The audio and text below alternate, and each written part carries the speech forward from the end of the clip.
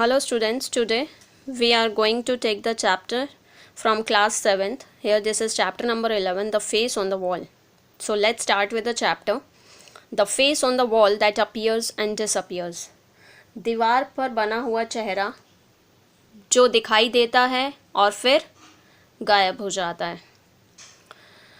First start with the connect. How do you think storytelling would have begun? आपको क्या लगता है या आप क्या सोचते हैं कि स्टोरी टेलिंग किस तरह से शुरू हुई होगी, कब शुरू हुई होगी? Share your favourite story in brief with the class. अपनी कोई पसंदीदा कहानी अपनी क्लास के साथ शॉर्ट में शेयर करो. Then is reflect, what are the stories that you like most and remember. ऐसी कौन सी कहानियाँ हैं जो आपको बहुत ज़्यादा पसंद हैं या आपको अभी तक याद हैं. गिव रीजन्स, उनका कारण बताओ और उन्हें शेयर करो. Then is imagine, you have to create an interesting character for a story.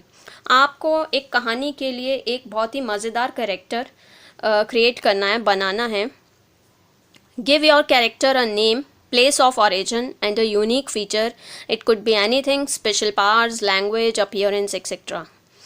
अपने कैरेक्टर को एक नाम देना है और उसका ओरिजिन, उसकी शुरुआत कहाँ से हुई और उसके यूनिक फीचर्स भी उसमें शो करना है.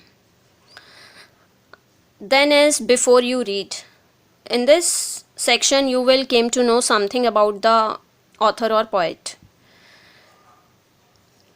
Edward Verrall Lucas was a famous English essayist, poet, novelist and short story writer. E.V. Lucas कौन थे? बहुत ही फेमस, बहुत ही प्रसिद्ध इंग्लिश के एसेइस्ट थे,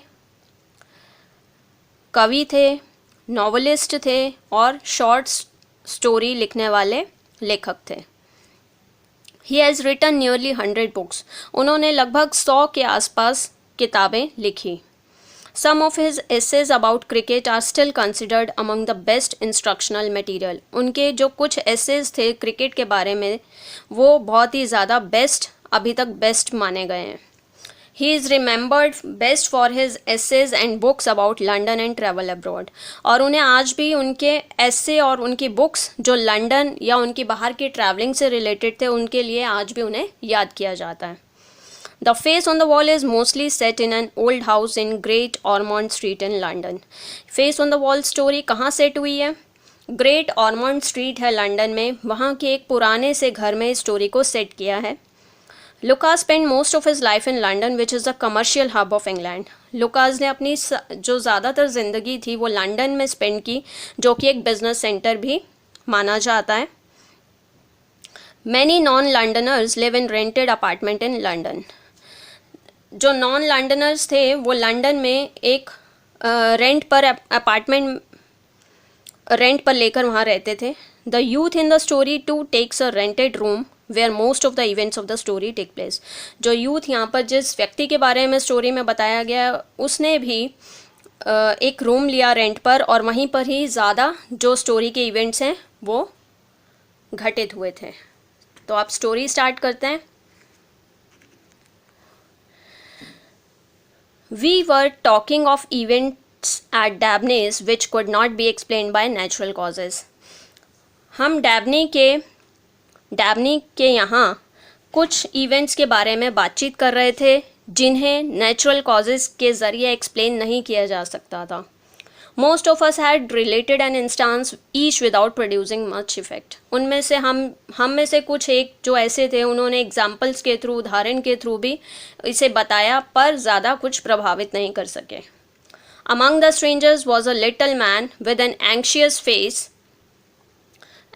face. और उनमें से जो अपरिचित लोग थे उनमें एक व्यक्ति था जो बहुत ही एंशियस फेस यानी उत्सुक सा फेस लिए या वरिड सा फेस लिए हुए बैठा था. He watched each speaker with the closest attention but said nothing. हर एक बोलने वाले व्यक्ति को बड़े ही ध्यान से सुन रहा था पर उसने एक शब्द तक नहीं कहा. Then Dabney, wishing to include him in the talk, turn to him and asked if he had no experience or story to be narrated or explained. फिर डैबनी उसे अपनी बातचीत में शामिल करना चाहता था और उसकी तरफ टर्न लिया उसने और कहा कि क्या तुम्हारे पास कोई ऐसी स्टोरी या कोई एक्सपीरियंस शेयर करने के लिए हो? ही थॉट अ मोमेंट, उसने कुछ देर सोचा. Well he said, not a story in the ordinary sense of the word. उसने बोला कि नहीं, ऐसी कोई ऑर्डिनरी स्टोरी नहीं है शेयर करने के लिए. If I had one I would tell you, अगर ऐसी कोई स्टोरी होती तो मैं आपको ज़रूर बताता. Truth I always believe is not only stranger than fiction but also more interesting. सच्चाई जो मैं हमेशा से मानता हूँ कि बहुत ही कहानी से बहुत ही ज़्यादा न सिर्फ आश्चर्यजनक होती है बल्कि बहुत रुचिपूर्ण भी होती है. I could tell you an occurrence which had happened to me personally and which strangely enough completed itself only this afternoon. मैं आपको एक ऐसा इंस्टेंस बता सकता हूँ जो मेरे साथ पर्सनली घटित हुआ है और जो आज ही आफ्टरनून यानी दोपहर में ही कंप्लीट हुआ था. We begged him to begin. हमने उनसे कहानी को शुरू करने का आग्रह किया, कहानी को शुरू करने के लिए कहा. A year or two ago, I took a room in an old house in Great Ormond Street. 1 या 2 साल पहले मैंने एक ऑर्मंड स्ट्रीट के एक पुराने से घर में एक रूम लिया. The bedroom walls had been painted by the previous tenant, but the place was damp and there were great patches on the walls. जो बेडरूम की दीवारें थी उसे प्रीवियस टेनेंट यानी टेनेंट होता है यहाँ पर किराएदार, one who lives in the house or room and pays rent to the person who owns it. उस किराएदार ने उन दीवारों को पेंट कराया था, but the place was damp. पर वो जो दीवारें थी उनमें अभी भी इतनी नमी थी कि वहाँ पर कुछ दीवारों पर क्या थे, पैचेस बन गए थे. One of these was exactly like a face, और उसमें से कुछ एक आध ऐसा था जिसमें पूरा एक मानव चेहरा, मनुष्य का चेहरा दिखाई देता था. One morning I came to think of it as real as my fellow lodger. और एक दिन सुबह मुझे उस पैच में एक चेहरा बिल्कुल ही सच दिखाई देने लगा, और जैसे कि फेलो लॉजर होता है मीन्स गेस्ट, जैसे कि मेरा कोई पड़ोसी किराएदार मुझे सच लगता था, बिल्कुल वैसा ही सच प्रतीत होने लगा. While other patches on the wall grew larger and change shapes, this never did. बाकी सब पैचेज जो दीवार पर बने हुए थे धीरे धीरे बढ़ रहे थे, उनकी शेप्स जो थी वो भी चेंज हो रही थी, पर ये जो मानव का चेहरा लिए हुए जो आकृति थी वो बिल्कुल भी नहीं बदली. While there, I fell ill with influenza and all day long I had nothing to do but read or think.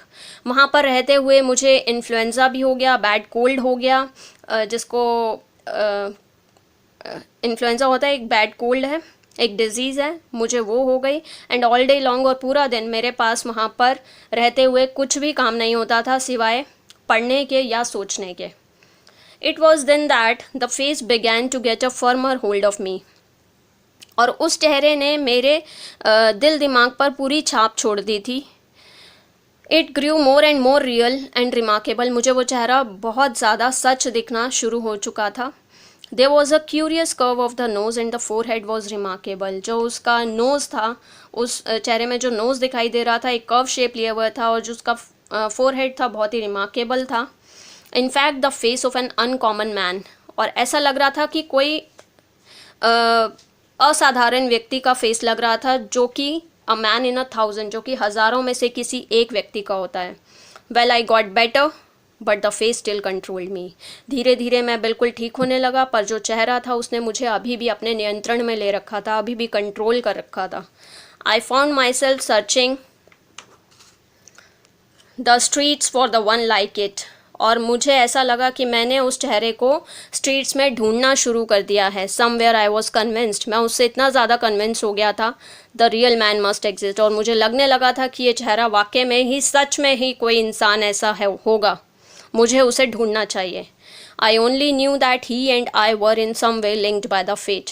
और सिर्फ मैं ही जानता था कि हम दोनों कहीं ना कहीं भाग्य से जुड़े हैं.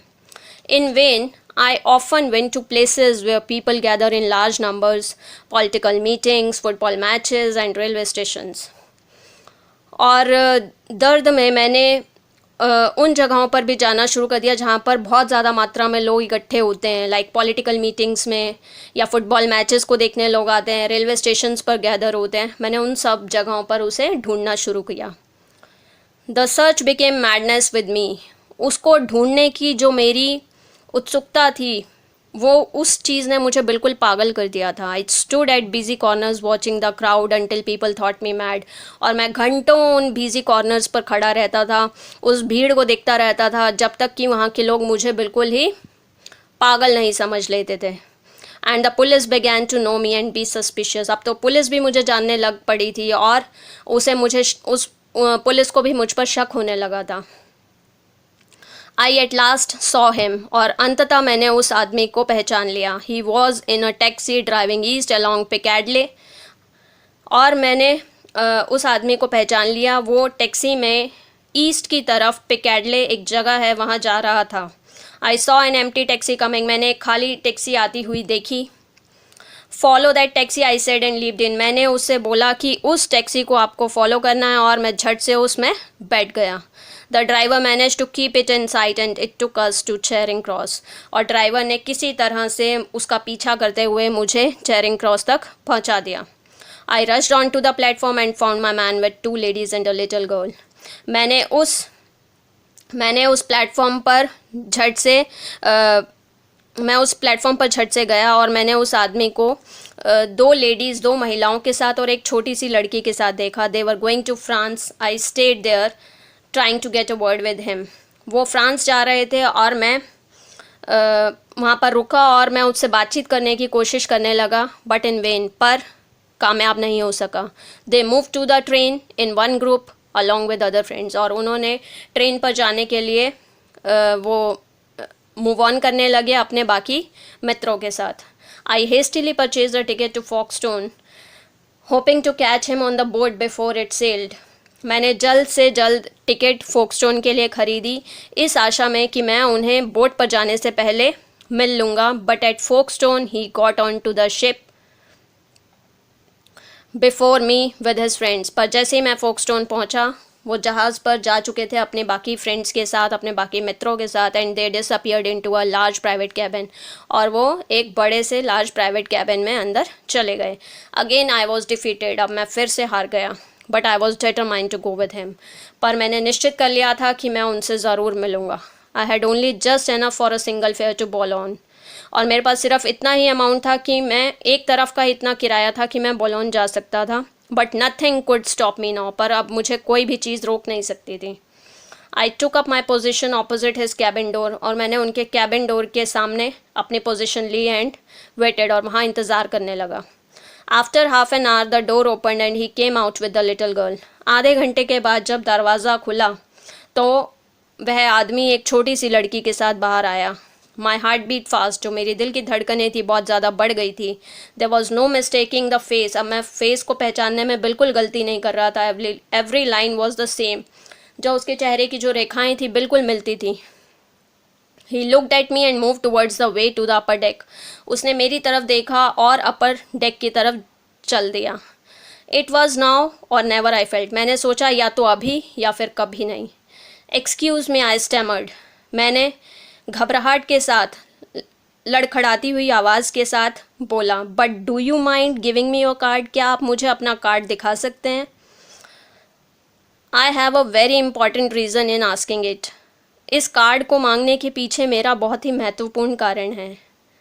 तो यहाँ पर हम स्टोरी अभी एंड करते हैं। होप आप सबको स्टोरी समझ आ गई होगी। अगर आपको मेरी स्टोरी पसंद आए तो प्लीज़ लाइक कीजिए, शेयर कीजिए और सब्सक्राइब कीजिए। Thank you.